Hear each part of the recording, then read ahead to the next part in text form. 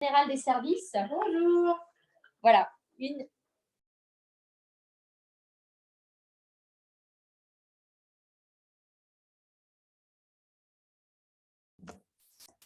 On ne vous voit plus.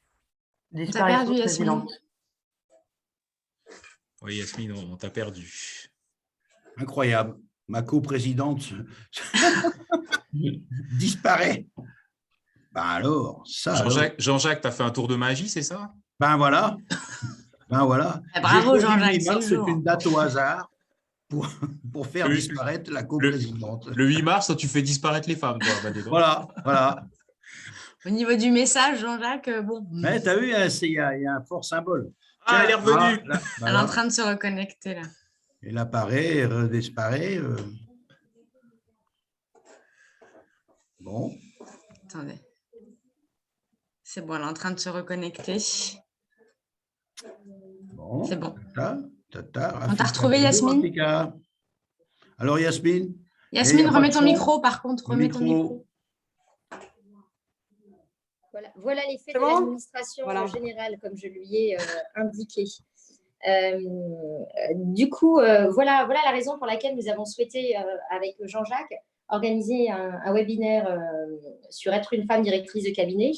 Et du coup, nous remercions évidemment Lina Jali, qui est vice-présidente à la communication et qui s'est chargée de l'organisation de ce webinaire, sans oublier évidemment ICO, Géraldine, Sylvie, Julie, qui sont sur la partie off, mais qui font tout le travail technique et d'organisation pour que ce webinaire se passe au mieux. Voilà. Je laisserai la parole immédiatement à Lina. Je ne sais pas, Jean-Jacques, si tu souhaites rajouter quelque chose. Non, simplement souhaiter la bienvenue à tous et toutes, là, et puis voilà, que ça nous fasse avancer justement sur cet aspect de la profession. Voilà. Et puis, merci à tous de participer. À plus tard, je me tais. Je t'ai fait disparaître déjà une fois, puis réapparaître, il ne faut pas insister quand même. Juste par contre, pour votre information, le webinaire est enregistré et nous ferons régulièrement des captures d'écran pour notre communication. Donc, n'hésitez pas, évidemment, mesdames et messieurs, à ne pas bâiller, non, je plaisante, mais en tout cas, à garder votre vidéo en fait ouverte et apparaître avec le plus beau sourire. Merci infiniment, Lina, c'est à toi. Daniel sourit, bon de là. Oui, du coup, je ne serai pas très longue. Effectivement, comme l'a dit Yasmine, c'est aussi né d'un échange qu'on a eu parce qu'on est en train de… Alors, du coup, je vous l'annonce, on a souhaité mettre en place un groupe de travail sur le statut des collaborateurs de cabinet.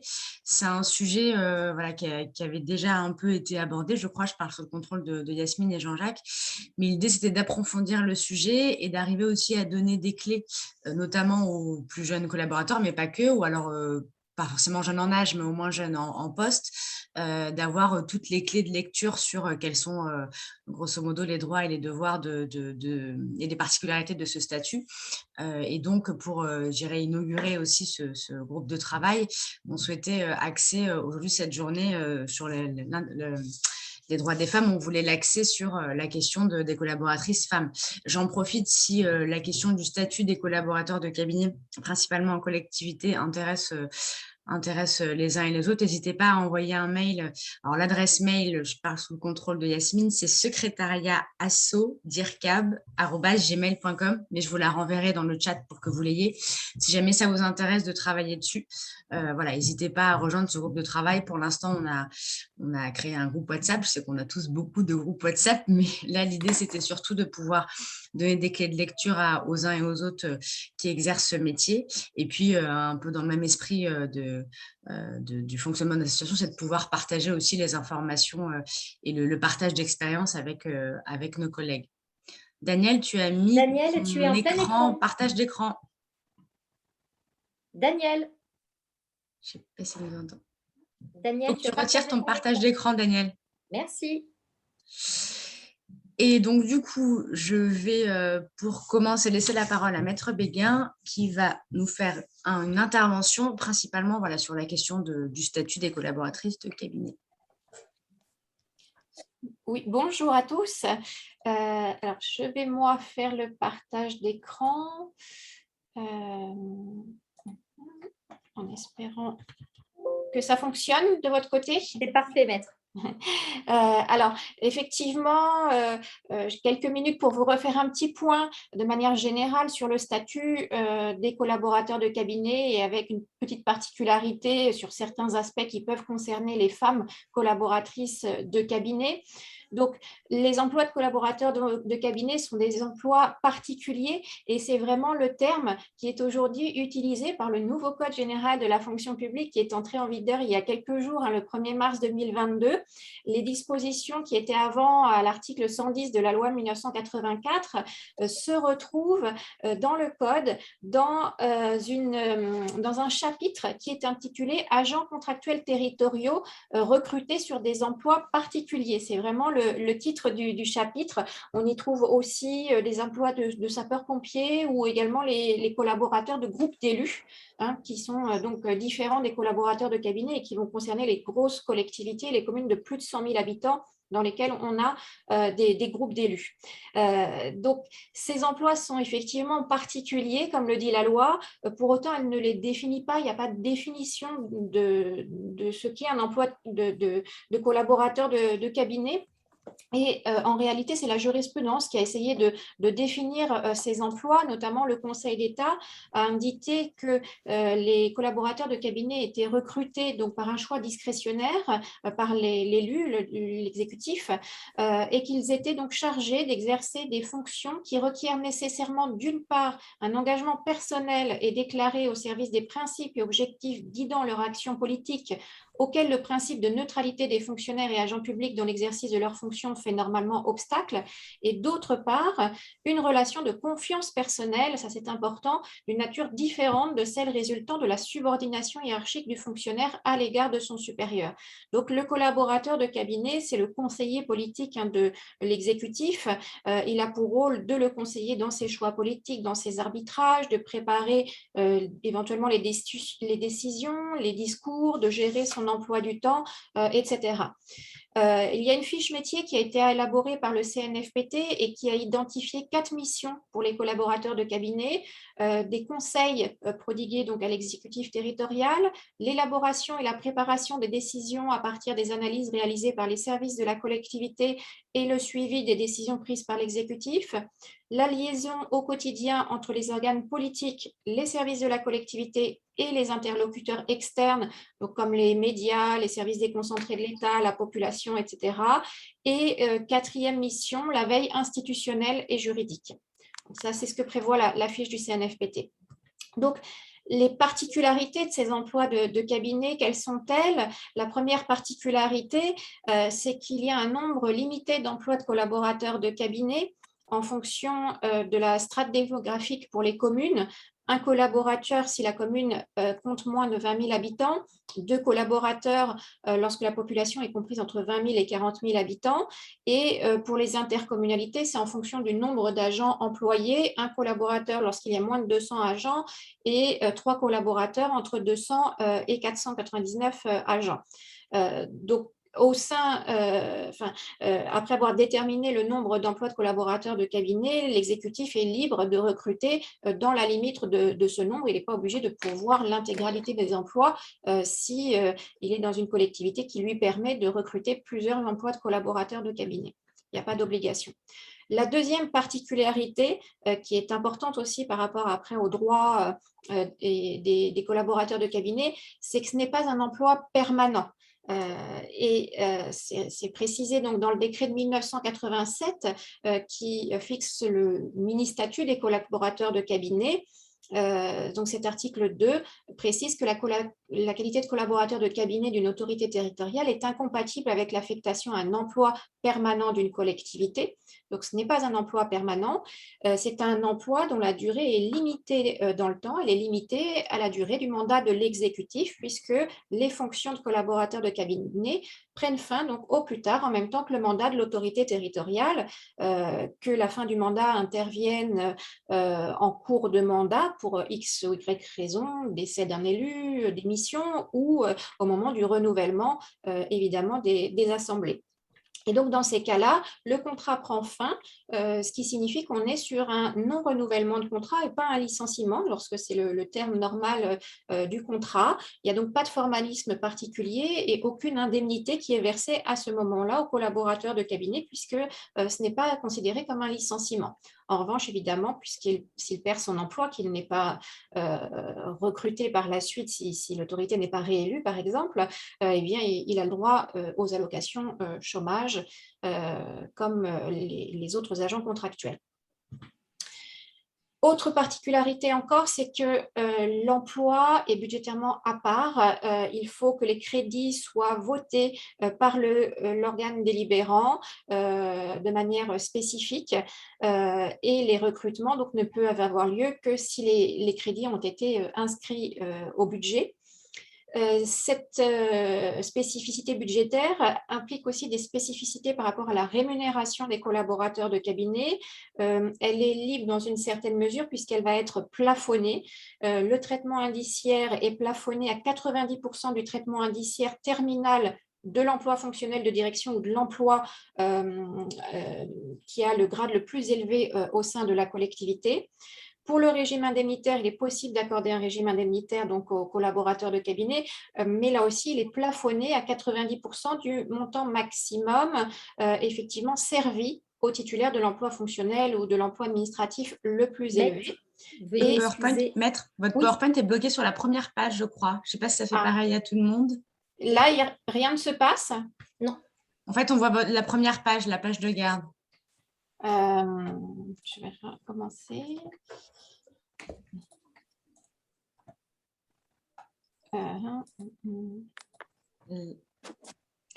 c'est bon. Là, vous voyez, mais en petit, ça va? Oui. D'accord. Pardon. Et donc, voilà, la rémunération est donc plafonnée. Il y a possibilité d'avoir aussi l'indemnité de résidence et le supplément familial de traitement s'il y a des enfants à charge. Il est important que l'acte de nomination prévoit bien le régime indemnitaire versé aux collaborateurs de cabinet, car souvent, on voit des contrôles des chambres régionales des comptes qui reprochent aux comptables d'avoir payé des rémunérations alors que certaines primes n'étaient pas expressément mentionnées dans l'acte de recrutement, notamment des primes annuelles de 13e mois qu'on peut encore retrouver dans certaines collectivités. Et donc ça, c'est vraiment important que tout soit mentionné dans l'acte de recrutement. Autre particularité encore, c'est que l'emploi de collaborateurs de cabinet est donc en dehors de la hiérarchie administrative. Le collaborateur de cabinet ne rend compte qu'à l'autorité territoriale, qu'à son exécutif, et non pas au DGS qui normalement chapeaute tous les services de la collectivité. Le cabinet est vraiment à part et donc de manière assez symétrique, le collaborateur de cabinet n'a pas, lui, vocation à diriger des services administratifs de la collectivité. Le chef de cabinet a autorité sur son cabinet, mais pas sur d'autres services, ce qui pose dans la pratique souvent certains problèmes par rapport aux services communication, qui dans les faits sont souvent rattachés au directeur de cabinet et qui ne devraient pas, puisque ce sont des services administratifs qui devraient être placés sous autorité des DGS. Et encore récemment, la Chambre régionale des comptes d'Auvergne-Rhône-Alpes, à propos de la commune de Caluire et Cuire, dans des observations du 23 juin 2021, a fait une remarque à cette commune en lui demandant justement de revoir l'organigramme pour que le service de communication ne soit plus rattaché au cabinet, mais bien au DGS, parce que le cabinet n'a pas vocation à gérer les services administratifs. Voilà. Le recrutement, sinon, est libre des collaborateurs de cabinet. C'est aussi une des particularités. Il n'y a pas besoin de procéder à une déclaration de vacances d'emploi. Il n'y a pas de procédure particulière comme on peut avoir désormais pour le recrutement de contractuels classiques, puisque c'est vraiment un recrutement intuitu personné. En revanche, comme pour tous les contractuels, il faut évidemment que la personne respecte les conditions de recrutement, avoir ses droits civiques, les conditions de nationalité, d'aptitude physique, etc. Il n'y a pas de condition de diplôme et la seule condition d'âge, c'est la limite, comme pour tous les contractuels, la limite de 67 ans. Donc, n'importe qui peut être recruté. Il faut que la personne soit proche puisqu'il y a un lien de confiance très fort. Mais attention à ne pas recruter de membres de la famille. Désormais, c'est interdit pour les plus proches, les conjoints, les parents ou les parents du conjoint et les enfants ou les enfants du conjoint. Ça, c'est évidemment interdit. Et pour les autres, dans les grosses collectivités de plus de 20 000 habitants ou pour les EPCI de plus de 20 000 habitants ou de 5 millions d'euros de recettes ou de fonctionnement, pour les recrutements d'autres membres de la famille, il faut en avertir la haute autorité pour la transparence de la vie publique. Et bon, de manière générale, c'est quand même à déconseiller puisque en dehors quand même de ces règles du statut, on a toujours le risque pénal du délit de prise illégale d'intérêt et donc il faut être particulièrement prudent par rapport à cela. Donc, concernant les spécificités des femmes, les collaborateurs de cabinet, comme ils n'occupent pas des emplois permanents, vont être régis par les dispositions des contractuels sur les emplois non permanents, donc qui leur ouvrent moins de droits que les autres agents contractuels, même si après, pour la plupart des grands droits, obligations, liberté d'expression, etc., ce sont les mêmes droits que pour les fonctionnaires. Il y a quand même certains droits spécifiques statutaires qui ne leur sont évidemment pas ouverts puisqu'il y a cette spécificité du recrutement sur un emploi non permanent. Alors, le temps de travail, c'est comme pour tous les agents dans la théorie, c'est 1607 heures avec des congés annuels donc égal à 5 fois les obligations hebdomadaires.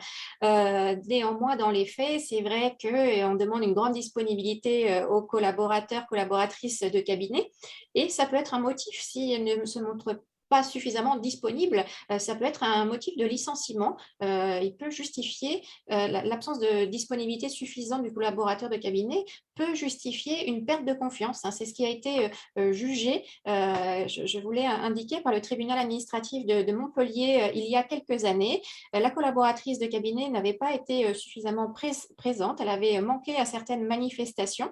On nous dit qu'elle avait été absente à 11 manifestations entre les mois de février et septembre 2012 et ça pouvait tout à fait justifier une perte de confiance de la part de l'autorité territoriale qui pouvait alors la licencier avant la fin normale de son contrat, puisqu'il y a toujours cette possibilité de licencier pour perte de confiance, notamment en cours de contrat.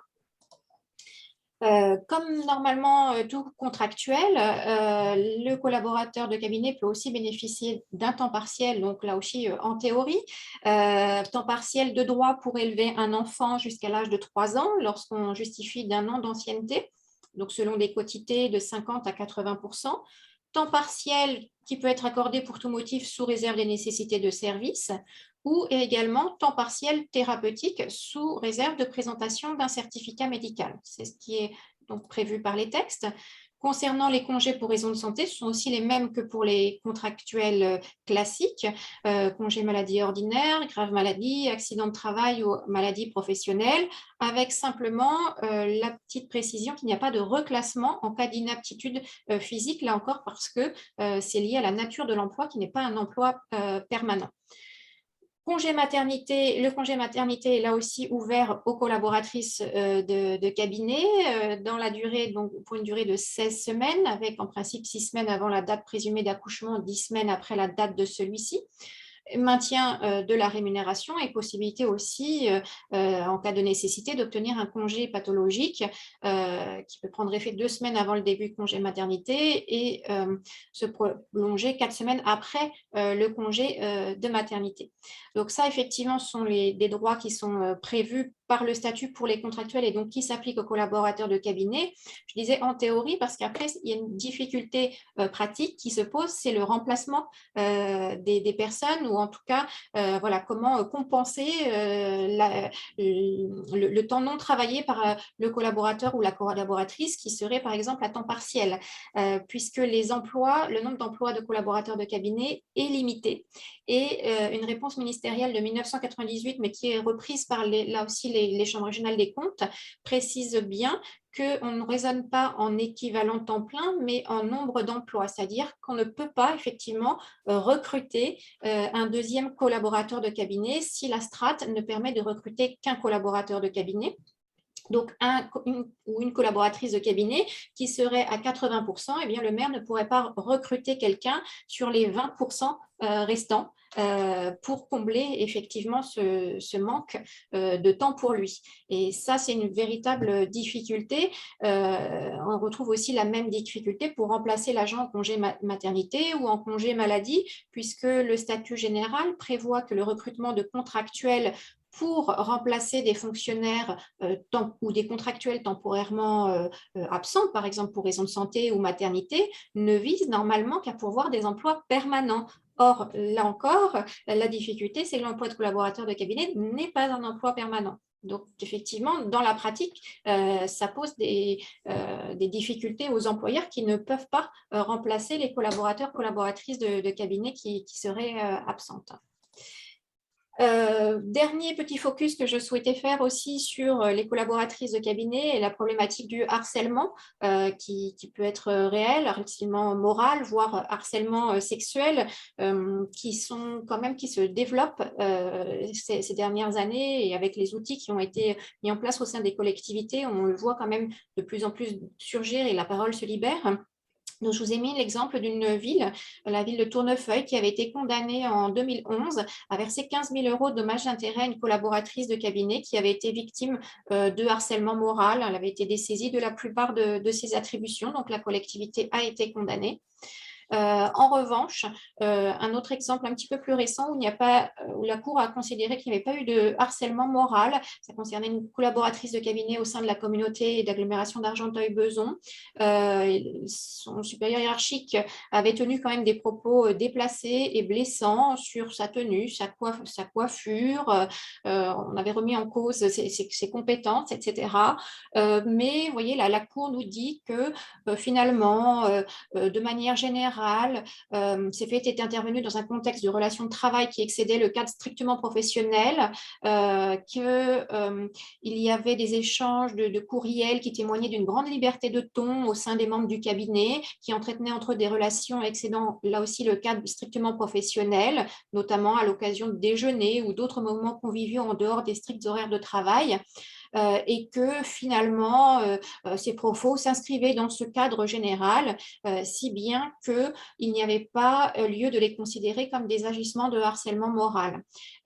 Et l'agent s'était plaint au maire des difficultés qu'elle rencontrait avec le directeur de cabinet. Elle avait refusé de changer ses affectations. Et là aussi, on nous dit que du fait de son refus d'accepter un autre poste de chargé de mission, bien finalement, elle était aussi un petit peu partie prenante à ce harcèlement, et que dans ces circonstances-là, puisque le comportement de la victime peut éviter de caractériser la situation de harcèlement moral, eh bien, la Cour a estimé que les agissements qui avaient été dénoncés par cette collaboratrice de cabinet n'étaient pas constitutifs de harcèlement moral.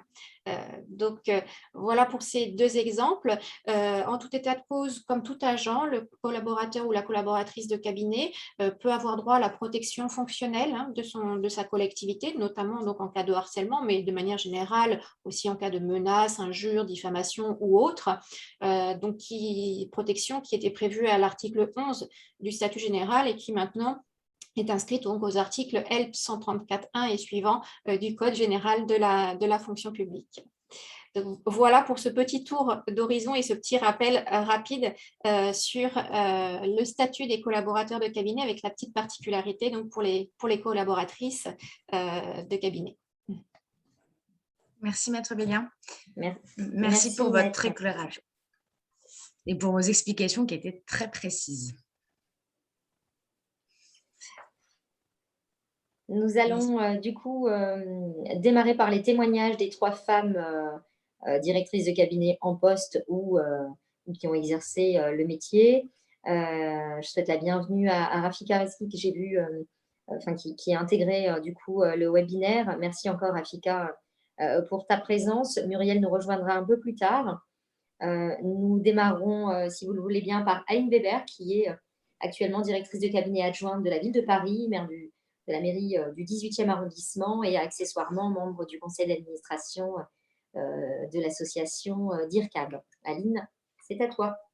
Merci Yasmine, bonjour à toutes et tous. Merci pour la présentation, Maître, c'était intéressant. Et ça fait écho à pas mal de situations dans lesquelles on a pu ou pas d'ailleurs, être confrontés ou nos collègues. Moi, j'apporte un témoignage plutôt léger d'une DIRCAB adjointe, certes, mais au moins DIRCAB, bien dans ses baskets et qui vit son métier tout à fait normalement, comme n'importe quel métier de cadre et de femmes qui travaillent sûrement un peu plus que d'autres, mais on est nombreuses et nombreux à avoir ce type de vie.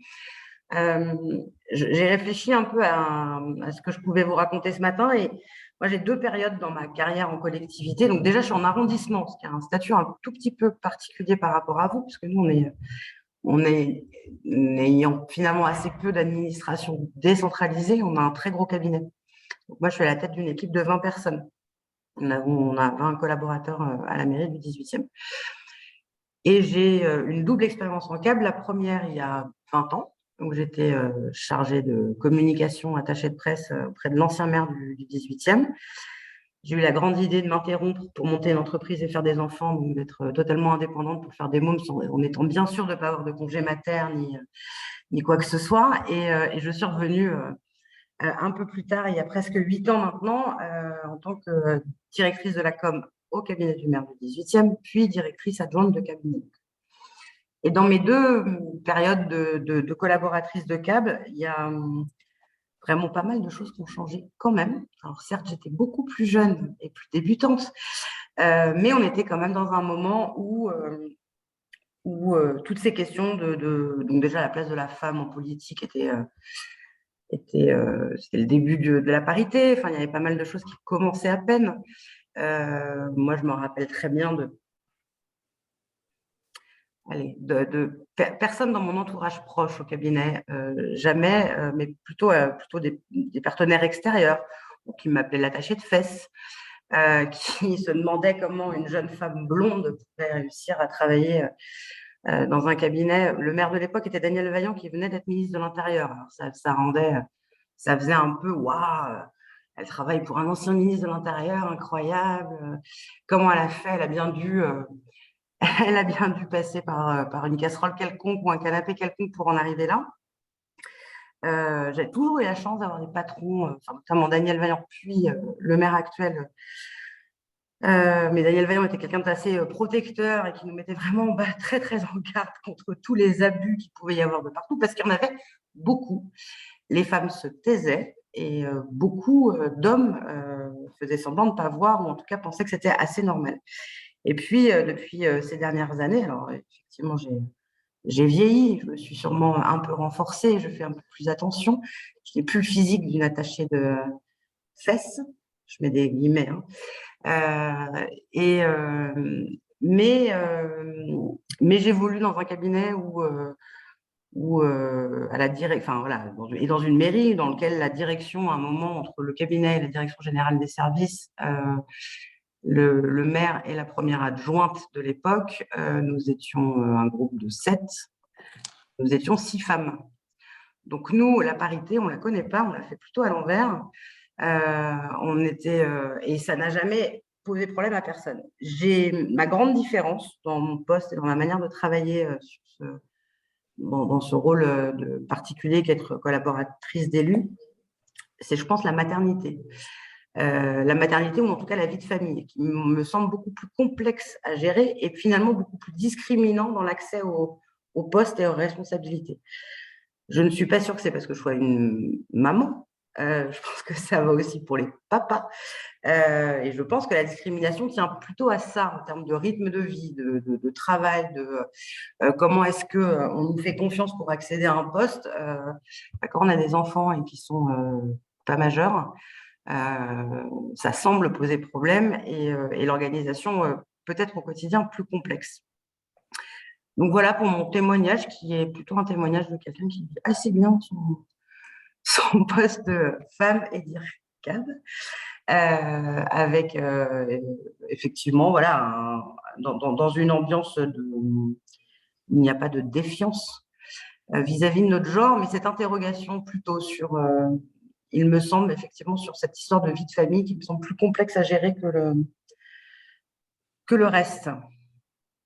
Merci Aline, mais tu le résumes assez bien. nous avions souhaité organiser un webinaire Être une femme directrice de cabinet, non pas pour aller tous dans le même sens, mais bien au contraire, pour se poser les questions, pour avoir l'éclairage de Maître Béguin sur la partie juridique, législative, mais aussi pour avoir des témoignages. Nous avons choisi ainsi que Rafika et Muriel, pour justement avoir des témoignages aussi un peu diversifiés au regard du parcours, au regard du ressenti, et ensuite pouvoir échanger avec nos collègues femmes et hommes sur cette question. Donc, merci pour ce propos. Pour les questions-réponses, on va juste terminer en fait avec les témoignages, et ensuite, si vous le voulez bien, on fera les questions-réponses dans l'ensemble sur la partie aussi bien juridique et témoignages pour se laisser un temps beaucoup plus global. Voilà.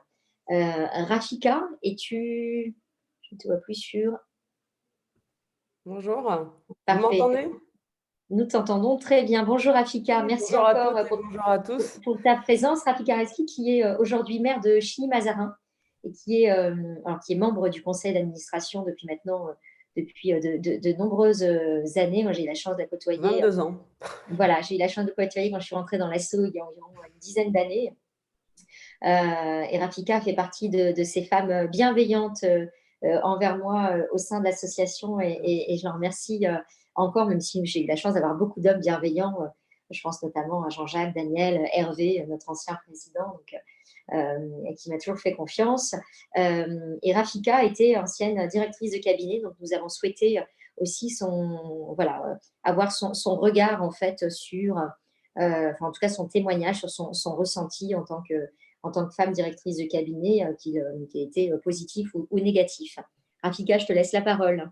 Merci, oui. Alors, je vais d'ores et déjà vous prier de m'excuser parce que je ne pourrai pas rester très longtemps. J'ai d'autres contraintes qui m'attendent. Moi, je voulais néanmoins répondre à cette invitation parce que c'est un plaisir de rejoindre DIRCAB à chaque fois que c'est possible pour moi, surtout sur un sujet comme celui des droits des femmes et de l'égalité réelle entre les hommes et les femmes. Donc, pour parler un peu de mon expérience de directrice de cabinet, moi, je suis une ancienne directrice de cabinet et ça commence vraiment à dater puisque j'ai exercé mes fonctions. Enfin, la dernière fois que j'ai exercé cette fonction de directrice de cabinet, c'était il y a 15 ans. Donc, ça fait un sacré bout de temps maintenant. Et depuis 15 ans, j'ai basculé dans une vie professionnelle dans le privé pour m'engager à mon tour politiquement. Et donc, je suis aujourd'hui en situation d'avoir une directrice de cabinet et une chef de cabinet, même si ce n'était absolument pas un désir particulier de ma part. Je suis toujours partie du principe que, quels que soient les postes à pourvoir, il fallait prendre les meilleurs candidats, et indépendamment de qui ils sont, sans aucune discrimination. Voilà, donc vous m'avez bien compris, et je crois qu'on a tout ça en partage. Pour donner un peu quelques éléments de mon expérience précédente de directrice de cabinet, je dois dire que le constat que je tire quand même, c'est que la légitimité, et ça, cher maître, vous l'avez dit tout à l'heure, on la tire de la légitimité que nous donne le maire, que nous donne l'exécutif. C'est lui qui nous positionne clairement face à l'administration et qui appuie notre légitimité et notre place. Donc, j'ai eu la chance de travailler avec un élu féministe, qui a toujours été féministe, qui s'était inscrit un peu dans le sillage d'une grande élue socialiste, de Martine Aubry. Et donc, il a toujours eu chevillé au corps cette conviction que l'égalité des femmes et des hommes était une évidence. Et donc, je n'ai jamais eu à subir, de par sa pratique à lui, en tout cas, la moindre discrimination. J'ai toujours dirigé des cabinets essentiellement composés d'hommes, sans que cela ne soit un problème pour l'autorité territoriale. Ce qui ne veut pas dire que dans le rapport avec certains de mes collègues de l'administration, ce n'était pas toujours une évidence, loin s'en faut. Et j'ai envie de dire que c'était souvent parce que je cumulais d'autres statut entre guillemets minoritaire, d'abord d'être jeune, parce qu'il y a 15 ans, j'avais 15 ans de moins, forcément, et parce que, bah oui, enfin, voilà, je ne suis pas d'origine bretonne. Donc voilà, ça pouvait être un peu exotique dans le paysage parfois, mais en tout cas, j'ai toujours pu m'appuyer sur la légitimité, le professionnalisme, l'engagement des élus, de l'élu autour de moi. Et donc ce que j'en retiens, c'est que si je devais revivre cette période-là aujourd'hui, je pense que je m'infligerais moins ce devoir d'exemplarité qui est le propre de beaucoup de personnes qui estiment qu'il faut pouvoir conquérir et légitimer sa place. Je crois que une des choses que je retiens, c'est que en tant que femme, on a souvent tendance à vouloir aller au-delà de la mission, au-delà du poste, parce qu'on veut faire la démonstration que cette confiance est amplement méritée. Et on est amené parfois à le faire au détriment de notre équilibre vie pro et vie perso. Et avec le temps, je me dis que la complémentarité, enfin la diversité des personnes qui composent une équipe amène énormément de richesse sur les actions qu'on met en place et qu'il ne faut absolument pas gommer cette singularité d'être une femme. Voilà, on est comme on est. Et avec du recul, voilà, je me dis, si j'ai un conseil à donner à mes consoeurs aujourd'hui en exercice, c'est d'assumer pleinement que, bah oui, on est maman, que du coup, on va aller courir pour récupérer ses enfants, etc. Et que bah, on peut aujourd'hui travailler en télétravail, que voilà, les missions peuvent s'exercer autrement et qu'il n'y a pas lieu de vouloir absolument chaque jour démontrer que si, je suis une femme et je suis tout à fait capable d'être autant présente qu'un homme, de rester tard le soir, enfin voilà. Donc toutes ces contraintes qu'on se fixe, je crois qu'il est temps aujourd'hui de faire admettre à tous que la profession, elle s'exerce aussi au féminin et qu'on apporte une richesse. Voilà.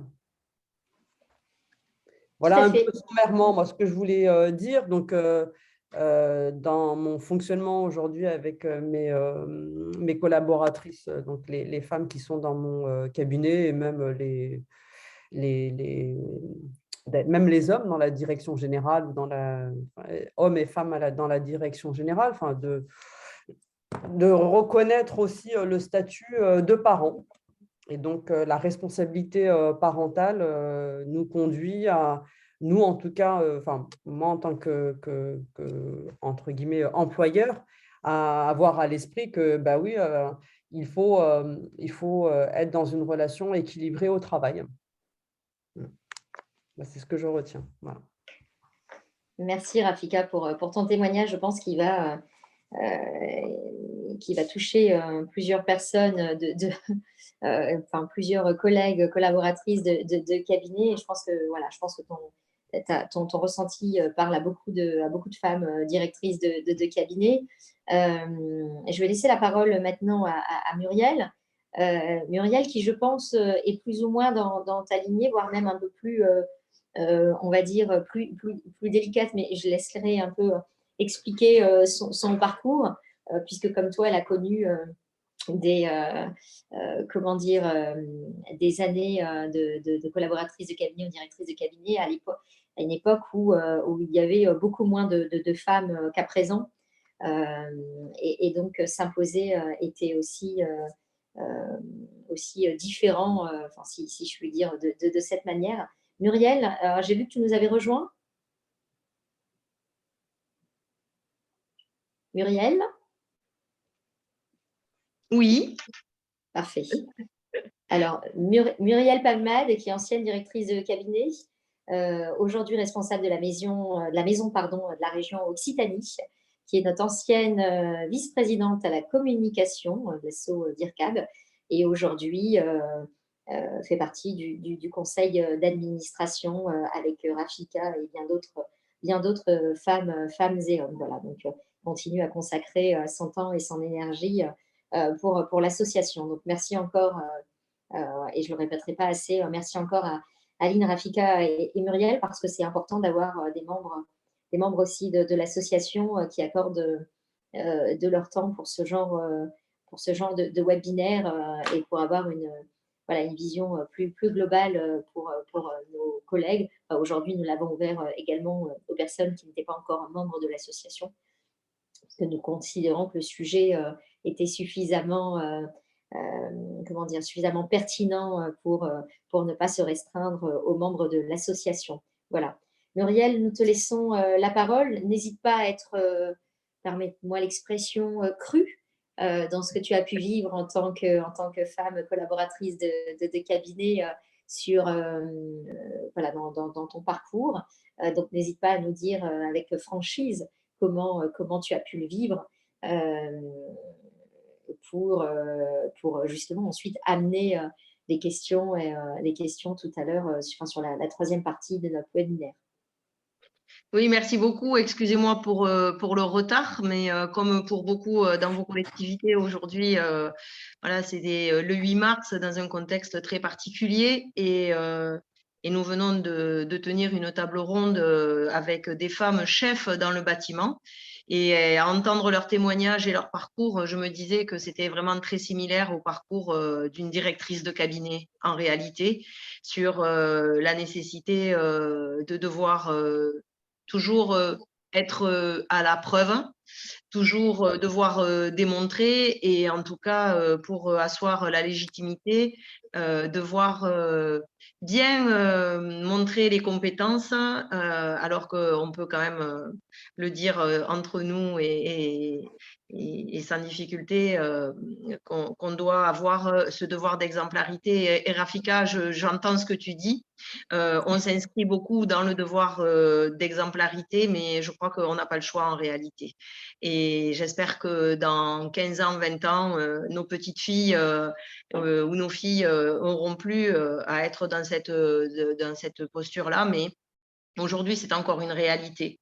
Je vais rentrer un petit peu dans les exemples, parce que forcément, on se reconnaît avec Rafika sur ce parcours. Moi, j'étais directrice de cabinet encore il y a quelques mois sur une grosse collectivité, Colomiers, à côté de Toulouse, et j'ai été auparavant, sur son premier mandat, collaboratrice de cabinet de Martin Malvy, qui était le président de la région Midi-Pyrénées. Après avoir travaillé aussi avec des élus en territoire, notamment un député maire. Et là aussi, c'était quand même assez exemplaire, puisque je vous parle d'un temps que les plus jeunes ne connaissent pas, mais c'était des temps où on pouvait travailler aussi en permanence parlementaire de façon bénévole entre des CDD. Voilà, c'est comme ça la vie, mais quand on vieillit, du coup, on a le relevé de carrière, c'est un peu plus douloureux, mais bon, on ne refait pas l'histoire. Pour ce qui est le travail en cabinet, puisqu'on est le 8 mars, moi, je voudrais dire que quand même, travailler en cabinet avec des présidents ou des maires, femmes et hommes, c'est quand même pas la même chose sur le management. Certainement, il y a aussi une évolution au cours des années, et c'est tant mieux. Mais par rapport notamment à la vie de famille, la vie perso, Rafika, tu as dit beaucoup de sacrifices, beaucoup de sacrifices. Après, beaucoup d'épanouissement aussi, beaucoup de progression professionnelle, et aussi une chance inouïe d'avoir pu travailler pour de belles personnes. Ceci dit, quand j'ai été collaboratrice de cabinet sur le mandat de Martin Malvy, moi, je n'ai jamais parlé de mes enfants. On ne m'a jamais demandé si j'avais des enfants. J'en avais 3, je les ai élevés toutes seules, ils étaient tout petits. Donc, en clair, les filles, on peut y arriver, mais c'est beaucoup d'organisation. C'est des mois à découvert, puisque j'avais 2 babysitters. Une qui cherchait les petits à l'école à 5h jusqu'à 21h, et une qui prenait le relais de 21h jusqu'à ce que je rentre. Je partais le matin à 6h30. Et donc, on avait une organisation très particulière. Le repas du soir, qui se prend dans les familles en général, nous, c'était le matin. Donc, je me levais à 4h30, je préparais le repas, je levais les enfants à 5h15, 5h30. et on mangeait le matin, comme on peut manger le soir dans les familles. On faisait les devoirs, on récitait les poésies. Et puis voilà, hein, ensuite, les enfants, à 5 ans, ben, ils partaient à l'école à pied. C'était pas très loin, mais ils ont été autonomes très, très tôt. Ben, c'était parfois difficile, hein. C'était parfois difficile et je l'ai mesuré après, effectivement. Mais bon, ils ont grandi comme ça, ils ont bien grandi. Ils sont tous les 3 très engagés, très investis. Et finalement, ils ont aussi touché du doigt ce que c'était que la vie monoparentale et avec des métiers difficiles. Quand j'ai travaillé ensuite comme directrice de cabinet avec une femme mère, ben, les années étaient passées, mais les choses ont été différentes parce que là, du coup, les enfants, nous, on en parlait beaucoup. Elle des siens et moi des miens. Et ils étaient déjà grands, donc j'allais dire que le train était déjà passé. Mais en revanche, voilà, il y a eu une autre approche, une autre façon de travailler. Et une prise en compte aussi, et je sais que ces collaboratrices aujourd'hui le savent, aussi une attention particulière sur les temps qu'on peut rencontrer plus difficiles effectivement avec les enfants, et y compris dans l'organisation du temps de travail. Et je pense que mon successeur profite aussi de ça, profiter au sens noble du terme, parce qu'elle est femme et qu'elle sait prendre en compte aussi ses contraintes familiales que ma foi, on ne prenait pas avant. Après, pour ce qui est de l'appréhension directrice ou collaboratrice ou collaborateur, je dirais que sur ma première expérience, qui du coup n'était pas simple, ben en même temps, j'avais un patron qui ne faisait pas le distinguo, et c'est aussi en ça, je lui suis très reconnaissante. Parce que pour lui, on était tous des collaborateurs assez jeunes. Il y avait aussi des garçons qui avaient des familles. Et en fait, c'était juste que lui, il voulait qu'on bosse bien pour lui. Et il ne faisait pas de distinguo. On était une fille, un garçon, en fait. Et en ça, ça a été bien parce qu'on était mis tous sur le même plan. Et quand les choses fonctionnaient bien, ils savaient aussi voilà, valoriser notre travail. Et en tout cas, on a tous appris du même pas, filles et garçons, dans cette expérience-là. Voilà, moi, je voulais dire qu'aujourd'hui, je pense que les choses, elles ont quand même bien évolué. La preuve en est aujourd'hui ce webinaire et plein d'autres actions. La preuve en est aussi la féminisation du nom de notre association. La preuve en est qu'aujourd'hui, il y a quand même beaucoup plus de femmes collaboratrices dans les cabinets et directrices de cabinets. Mais voilà, pour finir la boucle et de mon intervention de départ, je crois qu'on doit encore beaucoup prouver et que ça certainement forge notre caractère, mais on est débattantes et c'est peut-être pour ça qu'on est là aussi tout aujourd'hui. Merci infiniment, Muriel, pour cette intervention. Je pense que, mesdames et messieurs, vous comprendrez maintenant les raisons pour lesquelles nous souhaitions faire intervenir Aline, Rafika et Muriel au regard de leur parcours, de leur caractère et de ce qu'elles ont apporté en tant que femmes directrices de cabinet, mais également ce qu'elles ont pu et ce qu'elles continuent d'apporter au sein de l'association. Merci, Muriel, pour avoir rappelé, puisque nous ne l'avons pas fait, rappeler également le fait que lors du dernier congrès des maires, de notre dernière assemblée générale, nous avons le conseil d'administration et l'ensemble des maires, des membres, c'est lapsus professionnel, l'ensemble des membres ont validé en fait le nouveau nom de notre association, donc, qui continue à s'appeler évidemment DIRCAB avec le logo DIRCAB, mais la baseline, pour votre information, si vous avez raté cette info, a été modifiée puisque nous avons souhaité, la féminiser et 2, fédérer l'effort de gauche. Donc, pourquoi comment la féminiser? Je ne sais pas si vous vous souvenez, mais la baseline était donc DIRCAB, association des directeurs de cabinets de collectivités socialistes. Et nous avons souhaité pour cela modifier. Nous sommes passés à association des collaboratrices et collaborateurs de cabinets des collectivités socialistes, écologistes et progressistes.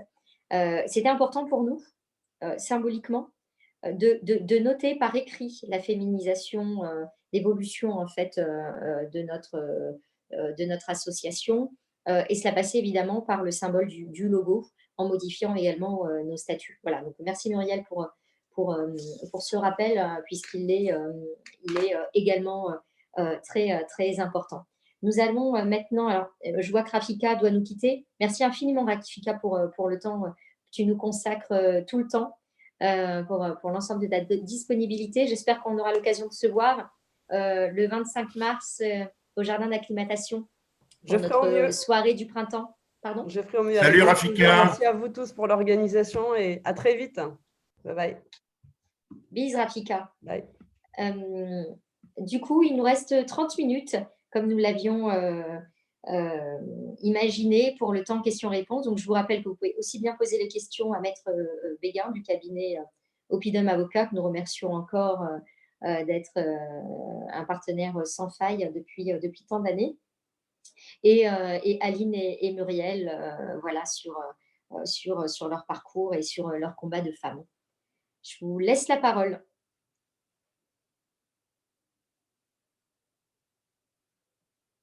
Alors, c'est comme vous souhaitez, hein, soit vous utilisez, pour ceux qui aiment la technique, de lever la main sur la visio, ou soit on le fait de manière plus sympa et vous levez, voilà, vous levez la main et on vous donne la parole.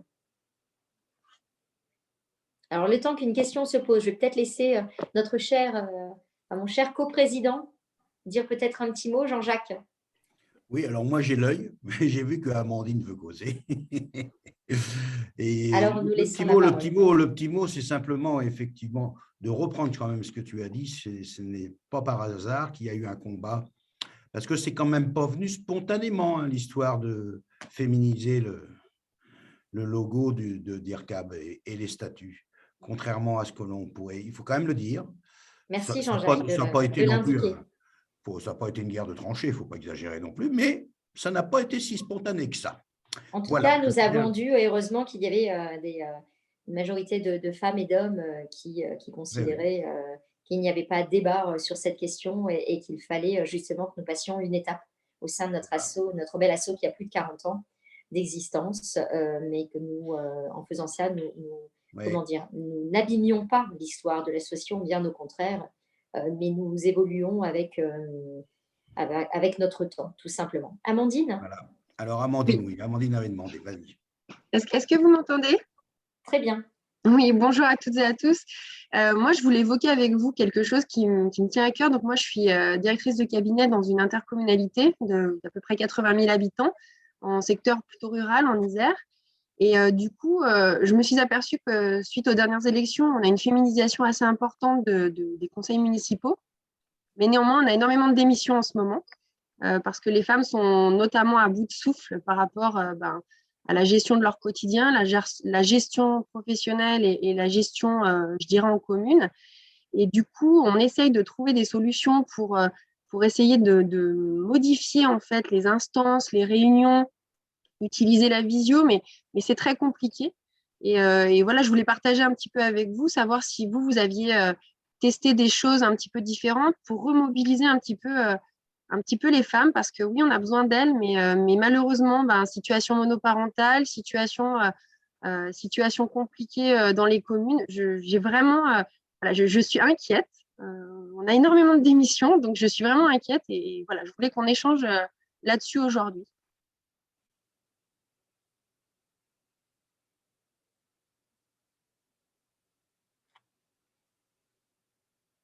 Alors, Amandine, moi, je ne vis pas la même situation au sein de notre collectivité. Donc, nous ne sommes pas très loin. Je suis à Saint-Genis, dans le Pays de Gex, à la frontière de Genève.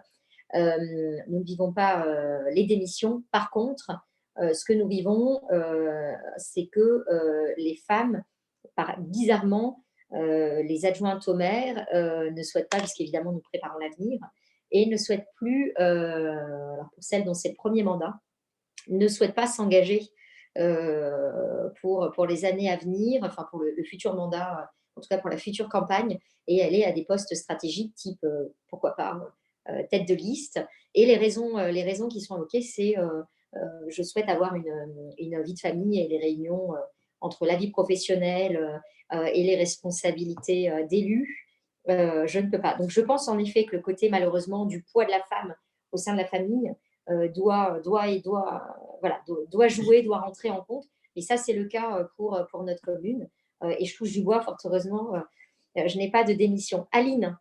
Mais en fait, c'était une petite réponse à Amandine, parce que nous, on a constaté aussi, pas de démission, hein, mais des petits sujets d'orga, de comment on se débrouille avec les élus ou avec certaines collaboratrices. Et en fait, on s'est rendu compte assez rapidement que les horaires des visios, notamment quand on était vraiment très confinés à la maison, bah souvent, elles avaient été décidées par des gens qui n'avaient pas de môme. Et 11 heures, c'est pas du tout une bonne idée, en fait. Enfin, 11 heures, 11h30 pour se faire une visio, 18 heures, enfin 17h30, c'est la cata. Il y a quand même des temps comme ça. Donc, moi, je crois pertinemment à ces sujets d'horaire. Il faut qu'on soit plus vigilant collectivement à ce qu'on impose aux autres. Et puis, en petite solution, j'en ai pas parlé tout à l'heure, mais ça me fait penser à ça. Moi, quand j'ai pris mes fonctions en 2014, je me suis rendu compte au bout de quelques jours, semaines, que je n'avais plus un soir pour moi et que je n'avais plus de week-end. Enfin, c'est simple, je ne rentrais jamais, je ne voyais plus mes enfants, sauf le matin. Et Muriel, ton témoignage a fait écho, parce que même si je ne suis pas toute seule, néanmoins, je voyais mes enfants que le matin, donc je les levais hyper tôt, parce que sinon, je ne les voyais pas. Et on a instauré pour ceux qui en ont besoin, des jours où quoi qu'il se passe, tsunami ou pas de tsunami, on rentre à la maison parce qu'on a besoin de voir nos enfants et on va les chercher à l'école. Et on a institué ça. Donc moi, j'ai mon mardi soir et mon vendredi soir. Et quoi qu'il se passe, le mardi, ben voilà, il peut se passer n'importe quoi. La DIRCAP n'est plus disponible et donc les autres prennent le relais. Et voilà. Et la banalisation d'un soir ou deux par semaine en fonction de nos orgas, etc., me semble primordiale. Et je pense que c'est un conseil à donner à la fois aux collaboratrices, aux collègues et aux collaborateurs aussi, parce qu'il y a plein de papas qui sont très, très contents d'aller chercher leurs enfants à l'école ou de s'en occuper le soir. Mais de fait, nous, on l'oublie souvent. J'ai l'impression que c'est assez féminin, ce truc. Mais pour les élus aussi, je pense que c'est une vraie technique, leur dire, écoutez, si vous ne gardez pas ça, vous êtes cuite, quoi. Et voilà. Je suis hyper désolée parce qu'on a plein de petits soucis de gestion de crise. On a plein de réfugiés qui arrivent par centaines en ce moment-là, même tout de suite. Et donc, je suis absolument obligée de vous laisser. Merci beaucoup à tout le monde. Et je suis confuse parce que j'avais prévu de rester jusqu'au bout, mais là, vous savez ce que c'est. Des fois, c'est un peu le bazar. Évidemment, nous savons. Voilà. Nous savons ce que c'est. Merci infiniment. Justine. Alors, Justine, si tu me permets, je vais quand même, pour la petite histoire, hein. Je peux me permettre? Oui, vas-y. Alors, pour votre information, c'est suite à une discussion en fait avec Justine qu'on s'est réellement posé la question, enfin toutes ces questions, il y a maintenant plusieurs mois de cela, parce que Justine a eu la joie d'être à nouveau maman. Et en fait, on s'est rendu compte de manière très technique, par hasard, en discutant ensemble, qu'en fait, on ne pouvait pas remplacer une collaboratrice de cabinet. Et donc, à partir de là, puisque Justine fait partie du conseil d'administration, et à l'époque déjà du bureau, et ça nous a permis d'échanger avec nos collègues administrateurs. Et du coup, on s'est dit qu'il y avait déjà entre nous un vrai sujet et qu'il fallait qu'on porte un sujet. Donc Lina vous en dira un peu plus en fin de webinaire sur le groupe de travail. Elle vous en reparlera à nouveau. Le groupe de travail nous mettons en place sur le statut des collaboratrices, collaborateurs de cabinet. Mais voilà, pour l'anecdote, je ne sais pas si on doit te remercier, mais en tout cas, c'est ta situation qui a éveillé, on va dire, réellement le sujet il y a plusieurs mois de cela. Bah, écoute, j'en suis ravie. Déjà, je voulais vous remercier, coprésidente et coprésident aussi, de porter ces questions. Alors, on a parlé, vous avez évoqué la féminisation, la baseline de l'association avec les discussions qui ont pu avoir lieu, mais voilà, la création du groupe de travail, le webinaire, et c'est vraiment très intéressant. Je remercie les 3 femmes qui ont témoigné et je me sens un petit peu moins seule, peut-être comme d'autres aujourd'hui ou comme d'autres demain parce qu'elles auront entendu ces témoignages. Moi, j'avoue, un peu comme Aline Weber tout à l'heure, que j'ai instauré aussi des soirs où c'est pas que je suis plus disponible, c'est que je le suis par téléphone, mais en tout cas, je ne suis pas en déplacement ou au bureau. Donc, c'est une organisation avec mon mari. Voilà, ça se passe très bien. J'ai 3 filles, donc il y a aussi un engagement, je pense, dans l'éducation de ces enfants. Alors, pas que des filles, mais aussi des garçons, mais de leur montrer qu'on peut avoir ce type d'activité professionnelle et en même temps un peu de temps, heureusement, à consacrer à sa vie de famille et à ses enfants. Je pense que c'est vraiment pas impossible. En tout cas, moi, au quotidien, comme le disait Muriel, ça se passe très bien. On a des enfants autonomes, riches de ce rythme qui est un petit peu différent peut-être de celui dans d'autres familles, mais moi je suis très heureuse comme ça et mes enfants également, mes filles également, donc il n'y a pas de difficulté aujourd'hui. J'ai de la chance aussi, ça a été dit, mais d'avoir des hommes bienveillants à mes côtés, un maire homme bienveillant et d'une certaine manière féministe, d'avoir accepté dès le départ les contraintes familiales qui étaient les miennes. Puis en plus, moi, j'ai eu deux grossesses pendant l'activité, pendant mon activité qui est toujours la mienne aujourd'hui, directrice de cabinet. Un chef de cabinet homme qui est présent aujourd'hui, donc intéressé par ces questions, Eric Ragbé, voilà, qui a aussi soulevé avec moi cette question de l'arrêt congé maternité. Alors, c'est assez bizarre parce qu'en 2017, j'avais ma 2e grossesse. Je ne sais pas pourquoi, ça ne m'a pas trop sauté aux yeux. Et puis, ça a été davantage le cas pour cette 3e grossesse parce que je pense que le congé maternité est plus long. Donc, l'absence était forcément prolongée et ça posait d'autres difficultés par rapport au 2e congé maternité. Voilà, on a réussi à se débrouiller, mais ce n'était pas forcément évident. Et du coup, ça me permet de remercier Eric qui est présent ce matin parce qu'il a fait un travail monstrueux et puis pour le coup tout seul, parce qu'on n'est que 2 autorisés dans le cabinet à la ville de Chenôve. Donc voilà, il n'y avait vraiment pas de remplacement possible et donc il se retrouvait seul face à la situation. Je voulais surtout réagir par rapport à ce que disait Amandine sur la démission des élus femmes. Nous, on avait fait avec Eric une proposition au maire. Alors, je pense que ça concerne les femmes, mais ça concerne aussi, en tout cas de notre côté, ça a été le cas, le rajeunissement des élus. On a eu 65% de renouvellement des élus au sein de l'équipe municipale pour ce nouveau mandat 2020-2026. On est une petite ville, donc on n'a pas des niveaux d'indemnité qui permettent aux élus de s'arrêter de travailler. Donc, on a des élus qui sont très actifs, on a moins de retraités dans ce nouveau mandat et des élus qui ont pour beaucoup des charges familiales, d'ailleurs que ce soit hommes ou femmes. Et on a proposé au maire d'avoir un nouveau planning de réunion municipale. Donc, là où toute la majorité était invitée tous les lundis soirs, on a proposé un aménagement au regard des engagements des uns et des autres. Donc, on réunit les adjoints 2 fois par mois les lundis soirs. Et en fait, finalement, la majorité ne se retrouve réunie qu'1 fois par mois, là où avant, c'était 4 ou 5 fois, enfin tous les lundis soirs. Ça permet quand même d'alléger.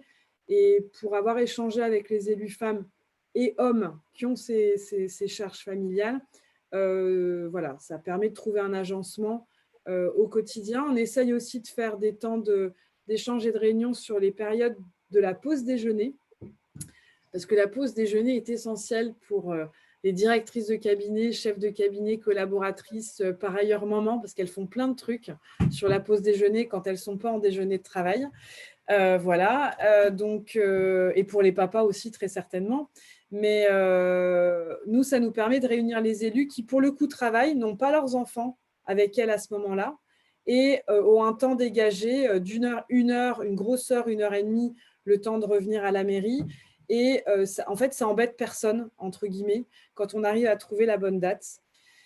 Voilà, ce n'est pas grand-chose, mais c'est des petits ajustements qui nous ont permis de fonctionner un petit peu différemment avec cette nouvelle majorité municipale lors de ce nouveau mandat qui a quand même été un peu perturbé par 2 ans de Covid. Et je suis tout à fait d'accord pour dire que les visios à 11h ou les visios à 18h, d'ailleurs, côté parti politique, je pense qu'on pourra en prendre la graine. Sans parler de nos activités professionnelles, nos références, puisque les réunions ont toujours lieu à 18h30.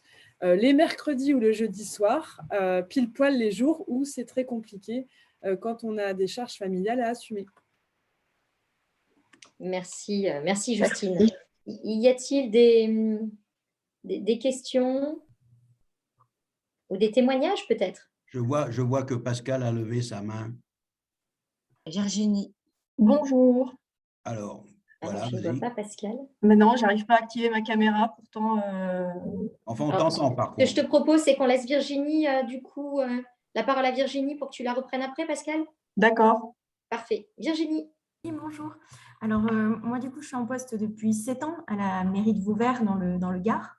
Et donc, un des éléments, alors déjà pour la maternité, pour moi, ça ne s'est pas posé et je suis affligée de voir qu'à l'heure actuelle, en fait, je méconnaissais complètement cette partie-là et je trouve ça ahurissant, en fait, vraiment. Enfin, je trouve que c'est incroyable qu'on n'ait pas un dispositif alors qu'on n'est plus physiquement là. Enfin, ça veut dire que du coup, il y a une dépendance qui est extrême. Enfin, vraiment, du coup, merci de cet éclairage-là sur cet aspect-là.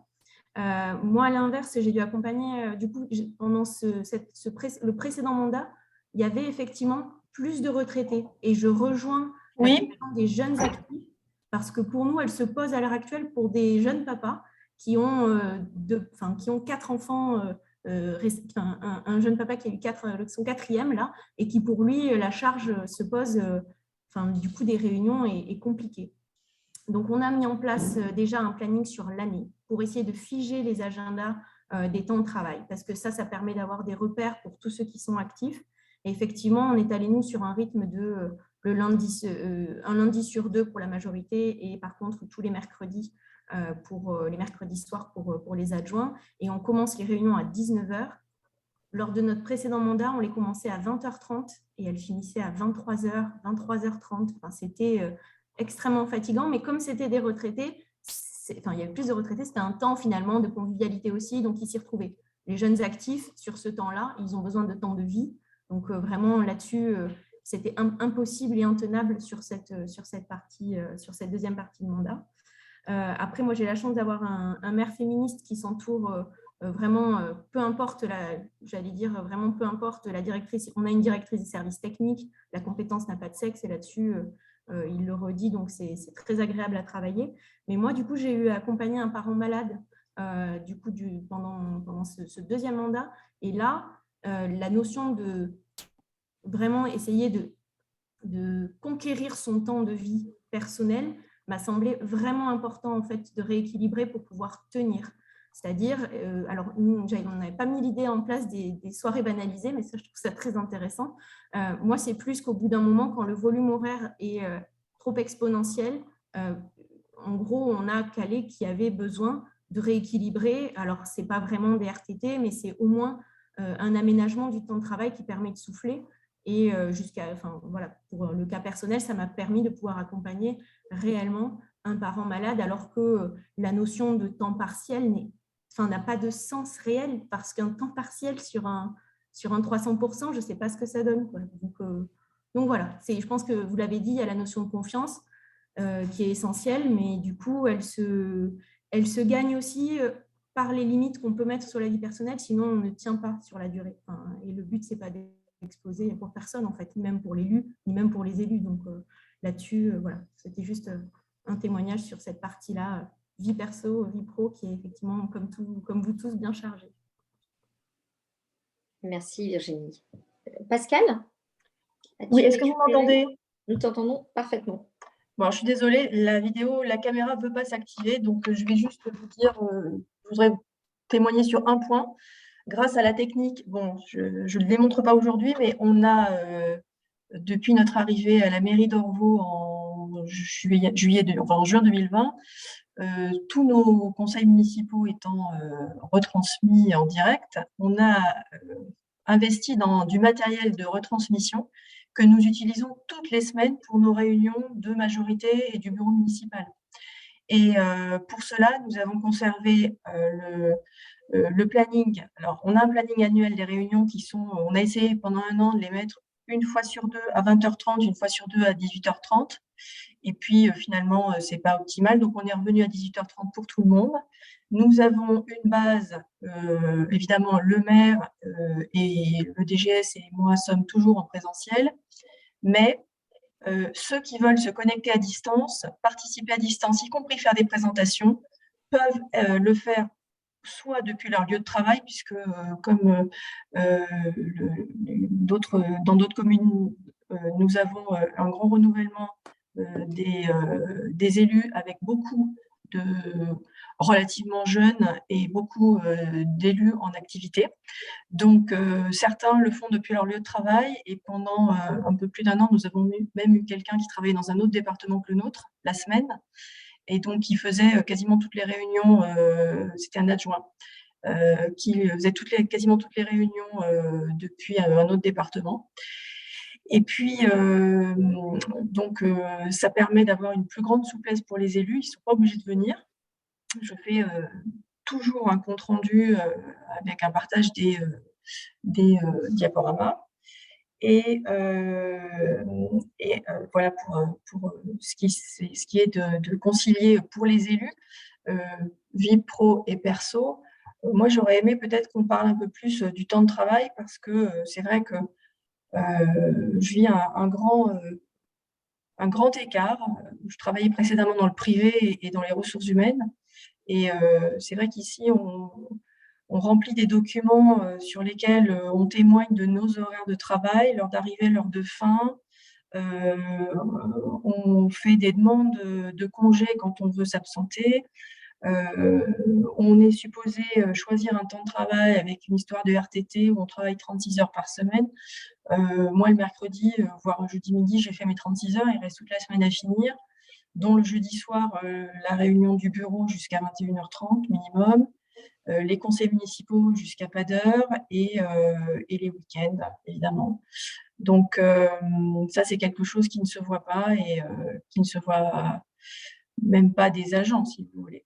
Donc, ça, c'est vraiment un point sur lequel il y a du travail à faire. Je te rejoindrai sur, je rebondirai sur ce que tu viens de dire, sur le fait que s'ajoute à cela, alors je ne sais pas si vous confirmerez ou pas, mesdames, mais j'ai l'impression que bizarrement, quand nous sommes une femme de directrice de cabinet, les collègues savent un peu moins en fait à quoi sert un directeur ou une directrice de cabinet. Quand c'est un homme, bizarrement, on ne se pose pas forcément la question. Moi, j'ai pu vivre sur d'autres expériences. Alors, c'est mignon quand c'est des seniors qui viennent voir le maire et qui pensent que nous sommes l'assistante, parce qu'évidemment, nous ne pouvons pas être le directeur, directrice de cabinet. Ça l'est un peu moins quand ce sont des partenaires privés, des promoteurs, des urbanistes, des gens d'autres collectivités ou autres. Et donc, quand on rajoute en plus à cela ce stéréotype, on va dire que c'est toujours moins agréable. Moi, du coup, j'ai eu vraiment ça fait 15 ans maintenant que je suis directrice de cabinet, presque 3 ans avec un élu que je ne citerai pas, lequel ça s'est très mal passé, où il y avait un DGS homme sexiste, machiste et un maire démago, mais qui était idem, sexiste, et donc des remarques régulières sur les tailleurs, sur les tenues, sur le corps, sur tout ce que vous pouvez imaginer. Donc forcément, quand vous êtes une femme, vous mettez une grosse carapace et vous montrez que vous êtes que personne ne peut vous atteindre pour faire votre métier. Et là, je rejoins pas mal de femmes et je me pose vraiment la question de savoir si la clé de l'épanouissement en tant que directrice de cabinet n'est quand même pas l'élu pour lequel on travaille au final. Parce que moi, là, ça fait plus de 10 ans que je travaille pour un élu, alors qu'il a son caractère, comme tout élu, mais qui est foncièrement féministe. Nous avons une directrice générale des services femmes, moi-même, donc directrice de cabinet, directrice de la communication, une directrice des services techniques. Mais surtout, comme il me le dit souvent, Madame Messiba, je ne vous vois pas arrêter de me dire, moi, quand il me fait une remarque, il dit souvent, moi, je vous vois avant tout comme une femme. Et avec les qualités et les défauts d'une femme, et la question ne se pose pas. Donc, il est vrai que son regard d'homme, de mère, et qui regarde en fait la personne en face de lui comme un professionnel, mais en même temps avec avec la spécificité d'être une femme, fait qu'il a alors j'aime pas le terme empathie, mais en tout cas, qu'il a une sorte de compréhension. Alors malheureusement, je te rejoins, Pascal, hein, sur le fait que moi, je n'ai pas réussi comme Aline Weber et d'autres à scinder les deux, et j'ai donné de mauvaises habitudes à mon élu. Donc, alors, je n'ai pas d'enfant, donc je suis malheureusement disponible, même pour les mails le week-end et autres. Et c'est une très, très mauvaise habitude que j'ai donnée. Et j'espère que les collègues plus jeunes que moi ne feront pas cette ânerie. Mais je pense réellement que la clé, enfin, une des clés, pardon, c'est l'élu pour lequel nous travaillons et l'image qu'il a de la femme, de notre métier, mais surtout, j'ai envie de dire, de la femme en tant que directrice de cabinet. Voilà. Je pense que c'est vraiment voilà, un angle à ne pas oublier. Et évidemment, l'autre clé tout aussi essentielle, j'ai envie de dire, c'est nous et jusqu'à quel point on ose ou on bloque soit les remarques, la manière dont on répond aux remarques et on ne laisse pas passer des remarques malsaines, sexistes ou autres. Et en général, au bout de assez rapidement, les gens apprennent à nous connaître, connaissent notre caractère et évitent ce genre de propos. Voilà, je ne sais pas ce que vous en pensez, mais voilà ma petite analyse sur être une femme directrice de cabinet et ces points. Jean-Jacques, en tant qu'homme, coprésident de cette présidence paritaire que nous avons mis en place et qui fonctionne, je voudrais vraiment l'indiquer au sein de ce webinaire magnifiquement bien. Et je remercie vraiment Jean-Jacques parce que c'est un féministe, enfin c'est un avant-gardiste sur ces questions. Et nous, il est vrai que voilà, on prend plaisir à avoir cette gestion de DIRCAD de manière paritaire. Et merci. Ça s'explique. On m'a toujours dit, enfin, tous les voyants et voyantes que j'ai pu rencontrer m'ont toujours dit que j'avais dû être une femme dans une vie antérieure. Donc, voilà, c'est peut-être ce qui explique mon approche des choses et de la vie avec les femmes, la vie professionnelle comme la vie privée. Voilà, donc, moi, je n'ai pas de souci du tout avec Yasmine et avec personne dans l'association. J'ai eu plus de soucis avec des hommes qu'avec des femmes. Et donc, voilà, bon. Alors, le rapport à l'élu, oui, bien sûr, je crois que c'est très important. Après, quand j'entendais parler des histoires de temps de travail, c'est réel. Mais alors, par contre, c'est réel pour tout le monde. C'est plus dur, plus compliqué à organiser et à subir, je pense, pour les femmes, en particulier, évidemment, les femmes monoparentales.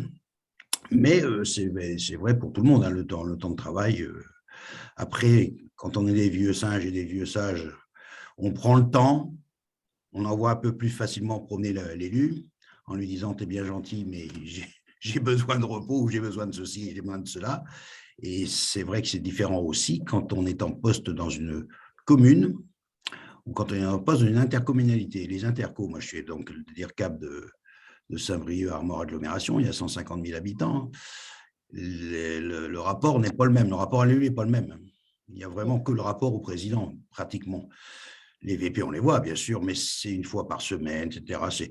Et puis, les questions d'organisation ne sont pas les mêmes parce que les VP ont des indemnités réelles qui leur permettent réellement de trouver du temps pour leur propre mandat. C'est quand même quelque chose de très important qui allège du coup l'organisation du travail. Pendant que tu parlais, Yasmine, j'ai eu un coup de fil, je dois partir, mais je vous salue tous. Alors, Jean-Jacques, un instant avant que tu partes, enfin, on termine dans 2-3 minutes, juste si vous pouvez aborder vos plus beaux sourires. Géraldine va nous prendre en photo et ensuite tu pourras t'en aller, mon cher Jean-Jacques. Voilà. Alors, attends, je me fais beau. C'est pas tout. C'est bon, Géraldine? Je crois que c'est OK. Oui, c'est bon, c'est bon. Merci. Je vais vous saluer. Voilà, je vais vous saluer en disant juste une chose. Oui. J'ai vu une question là, par rapport à est-ce qu'on avait trouvé une solution par rapport à la question du remplacement des femmes enceintes, pour l'instant, il n'y en a pas. Hein. Il n'y a pas de réponse. On travaille dessus, on va faire des propositions en tant que DIRCAP, mais effectivement, pour l'instant, il n'y a toujours pas de solution. Une femme enceinte, on ne peut pas la remplacer. C'est malheureux à dire, mais c'est pour ça pour l'instant. Je vous salue tous. Tout à fait. Bonne Au fin de revoir journée. Jean-Jacques, merci. Dernière témoignage ou question, je ne sais pas, pour Virginia. Et ensuite, il nous reste juste quelques minutes, donc on clôturera très rapidement. Mais je vous rappelle qu'il y a le groupe de travail qui existe. Et pour celles et ceux que ça intéresse, n'hésitez pas à rejoindre le groupe de travail qui sera animé par Lina. Virginia. Bonjour et merci à toutes et à tous pour avoir organisé ce temps d'échange, au témoignage et à l'intervention de l'avocate. La réponse, elle vient d'être donnée, qu'il n'y a pas de solution pour les remplacements congé maternité, ce qui est assez bizarre, on va utiliser le mot bizarre. Je voulais juste vous dire un grand merci parce que ça fait évidemment écho à des situations personnelles, les différentes expériences que vous avez racontées ici. Donc, merci beaucoup. Voilà. Merci Virginia. Alors, en effet, certes, à ce jour, il n'y a pas de réponse, mais comme tu l'as compris, l'objectif en fait, du groupe de travail, qui ne sera pas basé sur la femme directrice de cabinet, collaboratrice de cabinet, mais plus largement sur le statut, l'objectif, c'est de travailler en fait, avec le cabinet Oppidum Avocat, qui est le cabinet avocat partenaire de l'association DIRCAP depuis plusieurs années, de travailler, mais ça sera un travail de longue haleine, puisqu'il faudra que nous rencontrions différents élus au niveau national, différents députés, également l'association des assistants parlementaires qui a réellement réussi à faire évoluer, ils ont réussi à faire évoluer leur statut. Donc, dans le même sens, il faut que nous travaillions sur l'ensemble du statut, puisqu'il y a sur la question des passerelles sur d'autres métiers, sur la question de la formation, sur la question du licenciement. Je vous rappelle que notre métier est extrêmement, extrêmement précaire. Donc, c'est un vrai… Tant qu'on n'est pas confronté à cela, on ne s'en rend pas compte.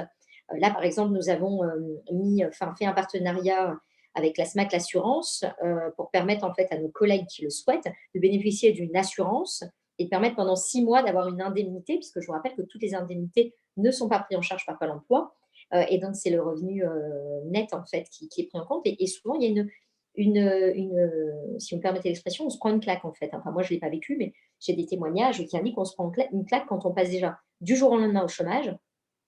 Parce que, comme l'a dit Maître Béguin, hein, sur l'argument qui est souvent utilisé dès lors que vous avez quelqu'un qui influence l'opinion de votre élu, ou du jour au lendemain, et moi, pour le coup, ça m'est arrivé, hein, quand vous avez un cher DGS qui veut votre tête pour diverses raisons et qui fait tout pour vous mettre dehors. La question, l'argument, alors j'ai plus, c'est horrible, Maître, vous allez m'aider, de l'argument qui est souvent utilisé, la confiance. De la perte de confiance. La perte de confiance, voilà, merci. La perte de confiance, c'est vrai que vous avez pu être loyal pendant X années, être au poste tous les jours, tous les soirs, pour les commissions, pour les week-ends, les campagnes et autres. On veut vous virer, il y a la perte de confiance. C'est ça. Et le juge, voilà, et même en cas de contentieux, le juge ne contrôle pas, il regarde la matérialité, effectivement, s'il y a des éléments précis qui font présumer une perte de confiance, mais il ne s'autorise pas à apprécier l'opportunité de la perte de confiance, effectivement. Donc, c'est une vraie question qui mérite d'être intégrée aussi au groupe de travail statut sur le statut des collaboratrices et collaborateurs de cabinet que l'INA va porter. C'est un travail, je vous dis, de longue haleine. Donc, nous avons besoin de personnes qui souhaitent donner de leur temps pour l'association, mais j'ai envie de dire pour l'ensemble des collaboratrices et collaborateurs de cabinet de France. Et ça je ne vous le souhaite pas, mais ça vous servira également un jour si vous êtes en difficulté. Donc, nous avons besoin vraiment de vos énergies, de votre temps là-dessus pour accompagner l'INA sur ce groupe de statut. Et au fur et à mesure, vraiment, nous donnerons les éléments au cabinet d'avocats, enfin au Oppidum Avocat, pour voir de quelle manière stratégiquement nous faisons avancer les choses. De toute façon, nous vous tiendrons au courant régulièrement, notamment lors de notre séminaire. Alors, je vous rappelle les 2 dates importantes, hein, le vendredi 25 mars à Paris, au jardin d'acclimatation. Les membres de l'association et seulement les membres à jour de cotisation de l'association sont conviés. Ça sera un temps puisque nous n'avons pas pu organiser nos vœux pour les partenaires. Donc, nous allons convier l'ensemble de nos partenaires, les entreprises qui nous soutiennent et ainsi que les membres qui sont disponibles. Donc, le vendredi 24 mars au jardin d'acclimatation à Paris, vous avez dû recevoir un mail. Celles et ceux qui ne l'ont pas reçu, n'hésitez pas. C'est sur inscription obligatoirement. Et ensuite, un super temps encore plus festif, puisqu'il le sera déjà au jardin d'acclimatation, grâce à Muriel et d'autres collègues. Donc, le premier week-end de juillet, donc ça sera probablement le vendredi, samedi. Donc, retenez cette date, ça sera à Gruissant. Et nous aurons une partie séminaire formation et ensuite une partie festive que Muriel et ses collègues d'Occitanie nous préparent. Voilà pour le temps. Et Mathilde Ruiz, qui est chef de cabinet et qui est à la tâche. Voilà. Oui, et on remercie, et j'ai dit, alors là, j'ai Géraldine qui tout de suite, merci, ma chère Géraldine, alors qui est notre, je ne sais pas comment la qualifier, Géraldine, c'est un peu tout, en fait, c'est notre maître fouettard, notre maman, elle fait tout, la pauvre, en fait, elle nous supporte au quotidien, et qui me précise que c'est le 25 et pas le 24. En effet, c'est le vendredi 25 mars. Veuillez m'excuser, mais vous avez dû recevoir un mail de Géraldine pour vous convier déjà à l'événement. Pour celles et ceux qui ne font pas partie de l'association ou qui ne sont pas à jour de cotisation, je vous rappelle évidemment que vous avez le bulletin d'adhésion sur le site internet. Nous avons un conseil d'administration demain, puisque nous en avons un une fois par mois. N'hésitez pas à vous inscrire si vous souhaitez faire partie de notre joyeuse bande. Là, c'est le côté dunkerquois, excusez-moi, qui parle. Joyeuse bande au final de collègues, puisque c'est toujours vous l'avez compris, dans une ambiance conviviale que nous faisons ça. Donc voilà, n'hésitez pas à vous inscrire, à vous signaler auprès de Géraldine. Lina, je te laisse le mot de la fin et merci encore pour cette belle organisation. Je te laisse le mot de la fin. Je vous rappelle, Lina, vice-présidente à la communication de l'association. Et avant de vous quitter, merci encore, maître, pour votre temps. Merci à vous et au cabinet, et merci à l'ensemble des invités, notamment ma chère Mumu qui est encore là. Muriel, merci encore. Lina, à toi le mot de la fin. Oui, je voulais juste remercier, mais je vais paraphraser Yasmine, tous ceux qui ont permis de faire en sorte que ce webinaire ait lieu, puis évidemment Maître, parce que encore une fois, les éclairages sont extrêmement importants. Quand on a commencé à travailler, c'est tout frais, sur ce projet de groupe de travail sur le statut. C'est vrai qu'à chaque fois, on disait, quand ça va bien, on se pose peut-être moins de questions, mais c'est le jour où on a un souci, une difficulté, ou qu'on se trouve dans une situation un peu similaire à celle qui était décrite tout à l'heure, où en fait, on se dit qu'on n'est peut-être pas assez outillé ou peut-être pas assez armé pour faire face à des situations un peu compliquées. Donc, le fait de connaître ce qu'on a le droit de faire ou pas et les particularités de notre statut est toujours utile et précieux pour nous toutes et pour nous tous. Donc, merci encore. Et puis, je le redis, s'il y en a qui sont intéressés vraiment pour travailler sur ce groupe de travail, parce qu'encore une fois, ça va être long, mais ça va être, je pense, intéressant pour donner des clés à chacun, n'hésitez pas à envoyer un mail à secrétariat. Je crois que c'est .asso.dircab@gmail.com. Attention, si tu te trompes, Géraldine. C'est pour ça que je l'ai mis dans le chat au cas où. Voilà, juste, je suis vraiment navrée, mais on n'aura pas le temps. Je m'excuse infiniment auprès d'Éric qui a demandé la parole et je n'ai pas vu. Et je viens de voir aussi Flora qui est notre vice-présidente aux nouveaux adhérents. Et je la remercie infiniment pour tout le travail qu'elle fournit, car c'est elle qui contacte les nouveaux adhérents, qui prend ce temps justement avec eux. Donc, merci beaucoup, Flora, pour le travail que tu mènes au sein de l'association. Merci. Bonne journée à vous toutes et bonne journée internationale des droits de la femme. Au revoir. Merci de le dire, Yasmine. Merci. Au revoir. Merci. Au revoir. Salut tout le monde. Salut.